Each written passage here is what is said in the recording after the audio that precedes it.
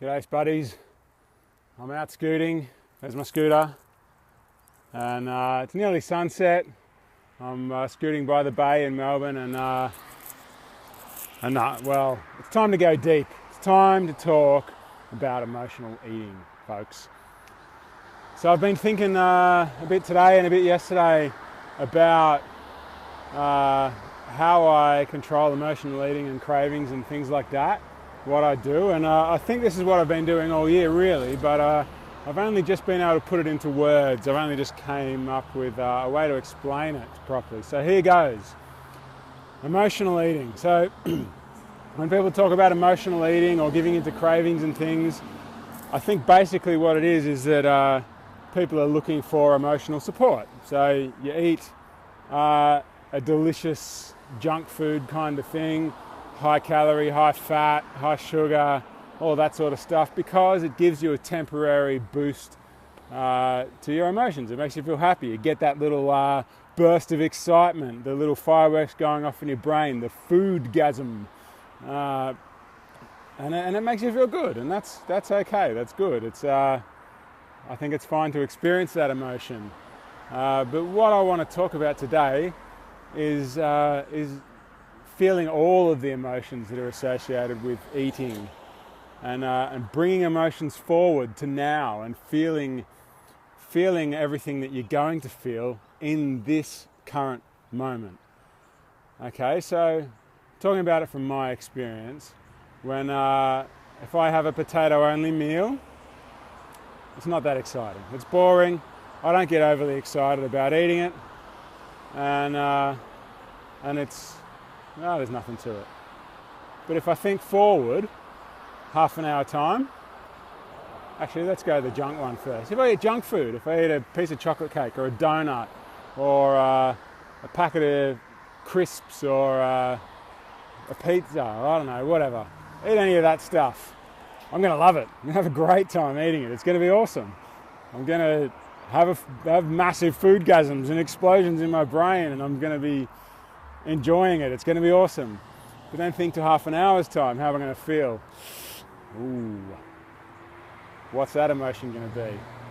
Well, that's going to be maybe some regret, maybe some disappointment in myself. How am I going to feel in an hour? Yeah, probably the same. Probably I'm going to regret it. I'm going to be disappointed. I'm going to have guilt. I'm going to have shame. It's not going to be a good experience. How am I going to feel about it tomorrow? Well, yeah, I'll be starting to get over it a little bit by that point in time, the emotional side of things. But then let's think in a week's time or a month's time. How am I going to feel then? Well, I probably will have forgotten that meal, but it doesn't mean the emotional response is gone, because that means I'm going to be, a little bit heavier, a little bit less healthy. It means I've probably continued to eat that way a few times in between. So I'm going to be heavier, less healthy. That's going to have an effect on my baseline level of emotion. So, you have peaks and troughs in emotion. You have foodgasms and it's a high thing. And you have other, you're watching a comedian and you're high, you're happy, everything's good. But what is the baseline level of emotion?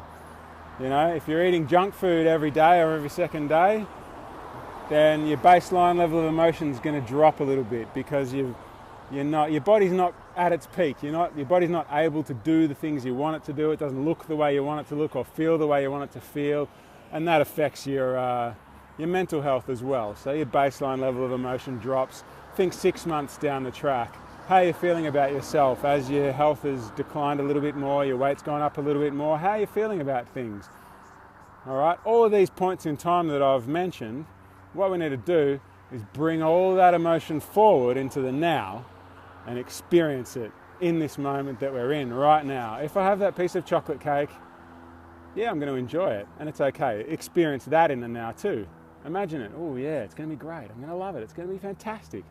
But you can experience that when you're imagining what it's going to be like to eat the chocolate cake.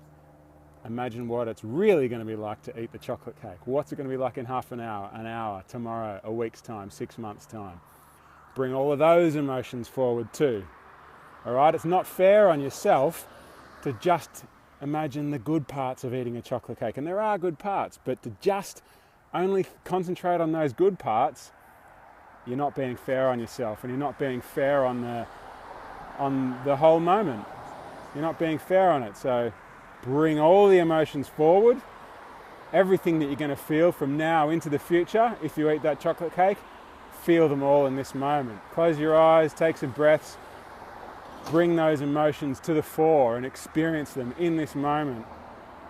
All right? And then do the same thing with a meal of only potatoes, or a salad, or whatever it is you're trying to eat, a bowl of fruit, or a bunch of bananas. All right? Imagine those emotions and bring them forward into the now. Okay? Maybe it's not quite as exciting. Maybe you don't have the foodgasm. Your eating experience is not quite maybe what you want it to be. How do you feel in half an hour though? What are your emotions then? You're not regretting it, are you? You don't have any shame over that meal. What about tomorrow?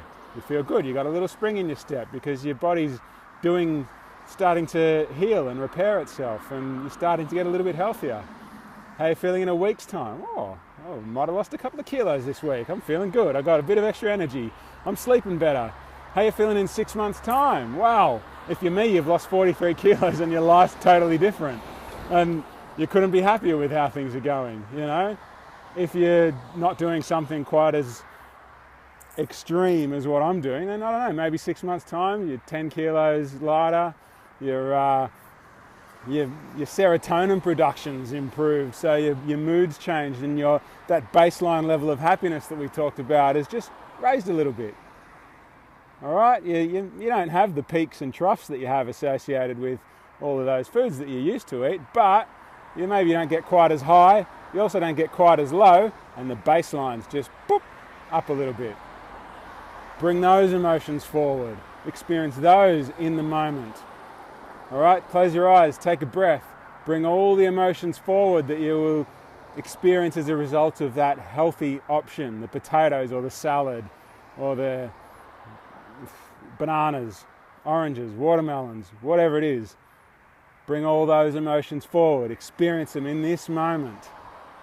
And then once you've done that exercise, then decide what you want to eat. You know, it's an easy choice. All right, so that's it from me today.